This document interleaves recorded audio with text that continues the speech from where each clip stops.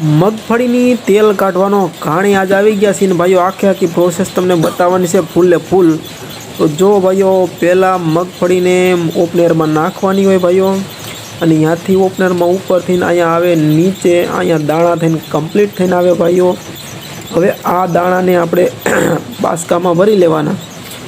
જો આપણે કોથળા ભરી લીધા છે અને પછી નાખવાના કાંટા ઉપર ભાઈઓ, અને કાંટા ઉપરથી વજન થઈ જાય એટલે નાખવાના આમાં ખૂણામાં, અને ભાઈઓ ખૂણામાંથી ડબ્બો ભરીને નાખવાના ઉપલા બોગામાં, અને બોગામાંથી ભાઈઓ જાય આ સીધે સીધી પટ્ટી રહી ભાઈઓ, એમાં જો આ ઉપરની સાઈડમાં તમને દાણા દેખાતા હોય છે, આ બે ભાઈઓ જરીક એમાં મિક્સ કરે છે ભાઈઓ, જરીક પોતરી નાખવી પડે એમાં, એટલે પોતરી નાખે છે।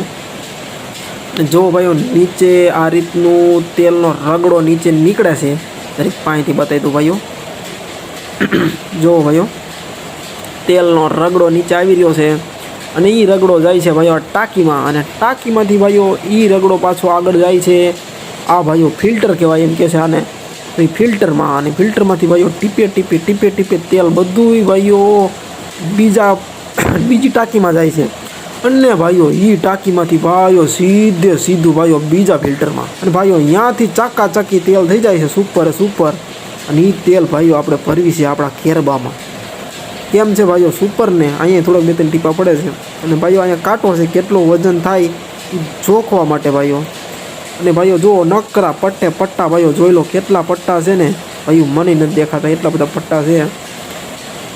હવે ભાઈઓ મારે તમને શું બતાવવાનું રહી ગયું ભાઈઓ, જો અહીંયા આ ગરમ કરવાનું ટેમ્પરેચર એનું મેન્ટેન કરવા માટેનું છે ભાઈઓ, ચીમની કહેવાય આને, અને ભાઈઓ 30 થી 40નું ટેમ્પરેચર આને જોઈ ભાઈઓ।